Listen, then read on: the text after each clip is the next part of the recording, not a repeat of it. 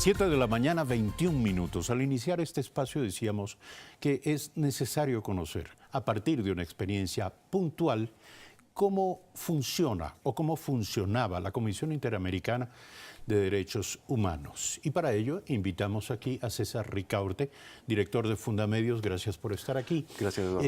Organización que presentó una serie de demandas o denuncias ante la Comisión Interamericana de Derechos Humanos. Quisiéramos en breve saber cuál fue la ruta y los resultados obtenidos por Fundamedios en este camino.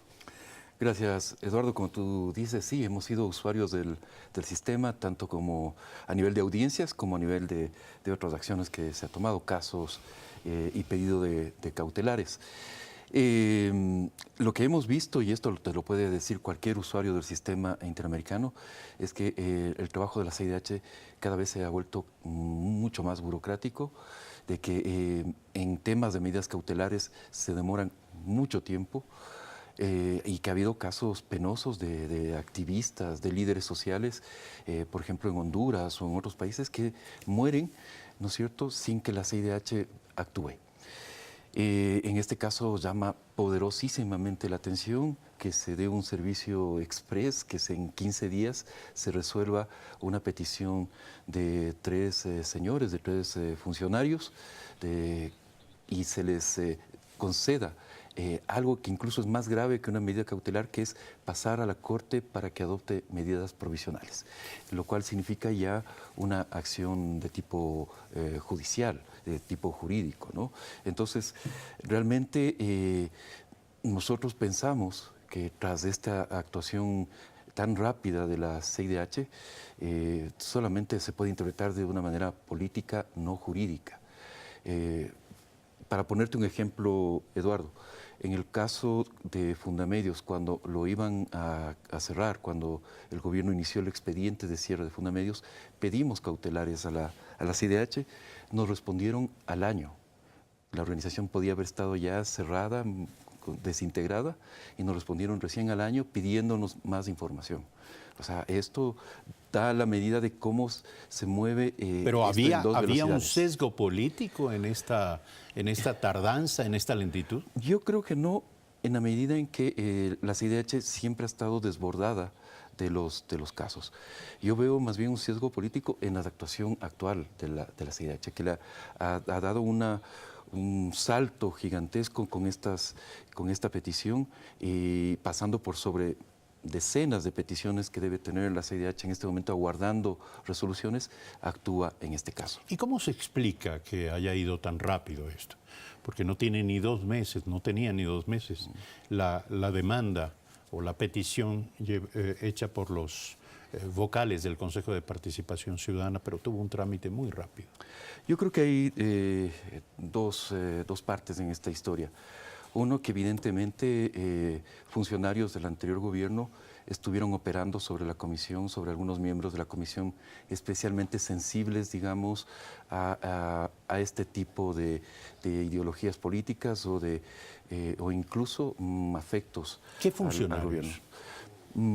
Ahí habría, Eduardo, que ver quiénes eran, por ejemplo, los ex embajadores ante la OEA, quiénes eran ex cancilleres, ver quién se desplazó a Washington y estuvo todo este tiempo, ¿no es cierto?, conversando con la comisión. Y es evidente que algunos funcionarios de la comisión, como por ejemplo el secretario ejecutivo, fueron exfuncionarios del gobierno brasileño, del gobierno del PT. Del presidente Lula. Del presidente Lula. Entonces, ahí hay una relación directa. Sabemos también que el presidente actual de la Comisión Interamericana, el señor Eguiguren, es alguien que no es muy afecto, por ejemplo, a los temas de libertad de expresión. Él lo ha expresado en audiencias públicas. ¿De la Comisión? De la Comisión Interamericana. Interamericana. Exactamente. Entonces, vemos que ahí se pudo haber configurado un escenario en el cual se propició esta acción. Ahora, es evidente, y en esto repito las palabras que ayer le escuché a Catalina Botero en una entrevista. Sí, hay que recordar a nuestros televidentes que Catalina Botero fue la relatora especial de libertad de expresión. De libertad de expresión dentro de la Comisión Interamericana. Exacto. De hecho, ella conoció el caso, El Universo los casos y los planteados casos por Fundamedios. Ella decía, el sistema no está para esto. El sistema no está para proteger los derechos de 3 funcionarios frente a las reformas institucionales a las que tiene derecho un Estado, un gobierno. O sea, eso no se puede mal utilizar el sistema de esta forma. La señora Catalina Botero, de hecho, emitió a través de las redes sociales un mensaje. Ella expresa allí su extrañeza. Dice, es sorprendente que el CIDH considere procedente esta solicitud.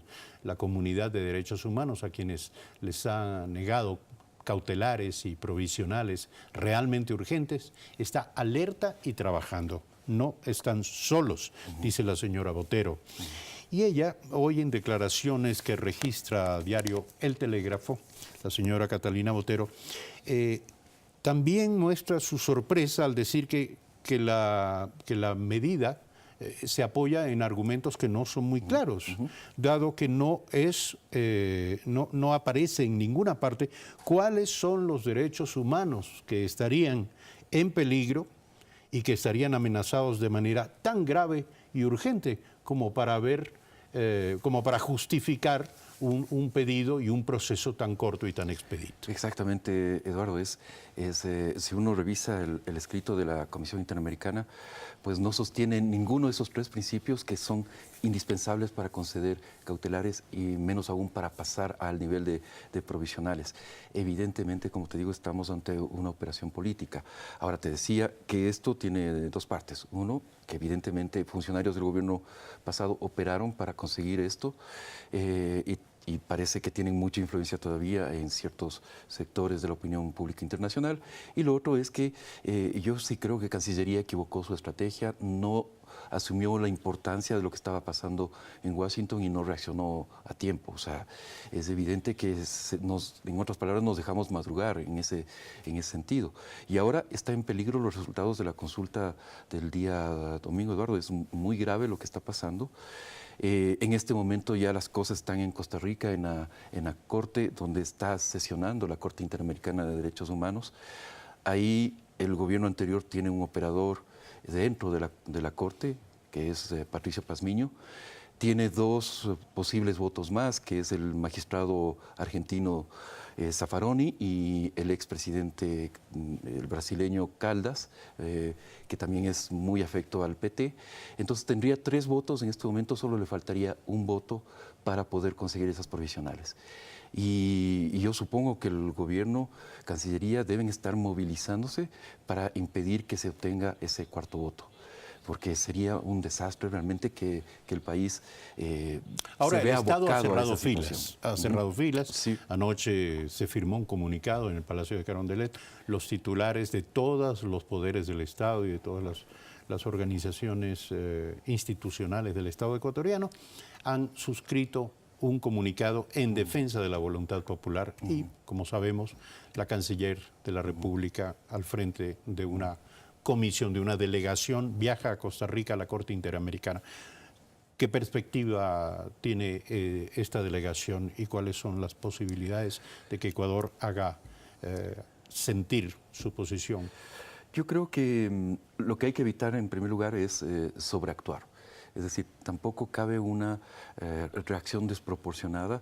Y te cito un ejemplo. Cuando nosotros presentamos una audiencia sobre libertad de expresión, el gobierno anterior nos mandó una delegación de 42 altos funcionarios encabezado por el canciller. Y eso al final del día fue absolutamente contraproducente para el gobierno de esa época. Tampoco hay que hacer lo mismo en esta ocasión, tampoco hay que descalificar el sistema y señalar que no tiene potestad ni nada por el estilo. Eso me parece que no cabe esos discursos altisonantes. Hay que sí tener unas posiciones políticas muy claras y saber dónde se están moviendo las fichas para mover fichas en ese sentido, pero también hay que tener una defensa jurídica de primera. Y ahí yo he visto la reacción de varios juristas del país importantes que han trabajado en el sistema interamericano, que saben perfectamente cómo se mueven las cosas en la Corte. Se debería también incorporarles a la defensa del país. Me parece que sería un aporte y además una señal de que realmente el país, aparte de los altos funcionarios que firmaron el comunicado de ayer, pero que el país, los ciudadanos, también estamos juntos en la defensa de los valores democráticos al final del día. 7:31 a.m. Queremos agradecer a César Ricaurte, director de Fundamedios, por aceptar esta invitación. Gracias, y narrar la experiencia. Pero antes de que nos abandone, queremos invitarle a ver a César y a todos nuestros televidentes un video que nos recuerda lo que hace no mucho tiempo era la tónica frente a la Comisión Interamericana de Derechos Humanos. Veamos. Ya basta de entrometerse a un país soberano. La Comisión Interamericana de Derechos Humanos no tiene capacidad para dictar medidas cautelares. Y si las tuviera, ni siquiera dice que no se ha respetado el libre proceso, el debido proceso, sino que está criticando la ley del Ecuador. O sea, quieren legislar en Ecuador. Tienen derecho esta burocracia internacional a pensar lo que les dé la gana, a sostener las novelerías que quieran, pero no traten de imponerla a un país soberano, porque aquí se va a respetar la ley del Ecuador. Suena como un buen consejo a estas alturas. Es oportuno recordar que en marzo de 2014 la Comisión Interamericana de Derechos Humanos de la OEA otorgó medidas cautelares a favor de la petición de 3 críticos del gobierno de Rafael Correa: Clever Jiménez, Fernando Villavicencio y Carlos Figueroa. El entonces presidente Correa declaró que la CIDH no tenía atribuciones para sugerir medidas cautelares y acusó al organismo de injerencia en los asuntos internos de Ecuador. Cuando en diciembre de 2015 la CIDH admitió la demanda de Diario El Universo en contra del gobierno ecuatoriano, Correa dijo que ese organismo se había convertido en una comisaría de 5ª categoría. En 2011, el mismo presidente Correa afirmó que la OEA debía ser sustituida por CELAC. En octubre de 2013 advirtió que Ecuador se retiraría del sistema interamericano de justicia, cosa que nunca ocurrió. En 2015 afirmó que la OEA nació mal, vivió mal y era insalvable. Y en 2016 planteó reemplazar definitivamente a la Comisión Interamericana de Derechos Humanos por un sistema de justicia alternativo. Pero finalmente, ya como expresidente, Correa decidió archivar su posición crítica y terminó llevando a la propia Organización de Estados Americanos su denuncia sobre un supuesto golpe de Estado constitucional en el país. Y ante la vilipendiada Comisión Interamericana de Derechos Humanos, también decidió llevar la denuncia por el supuesto menoscabo a los derechos de 3 vocales del Consejo de Participación Ciudadana bajo el pretendido argumento de la inconstitucionalidad de la consulta popular del domingo anterior. Más allá de un debate pretendidamente técnico-jurídico que a propósito se busca poner a distancia de sus orígenes políticos, tan matizados también por los escándalos de corrupción, esperar que millones de ecuatorianos olvidemos de pronto que fuimos consultados en las urnas el domingo anterior y que en democracia expresamos ya nuestra voluntad, es casi tan absurdo como pasar a la OEA y a la propia Comisión Interamericana de Derechos Humanos del banco de los enemigos irreconciliables al selecto grupo de los políticamente correctos. Pero, como se suele decir, en la política todo es posible. Hacemos un corte y regresamos.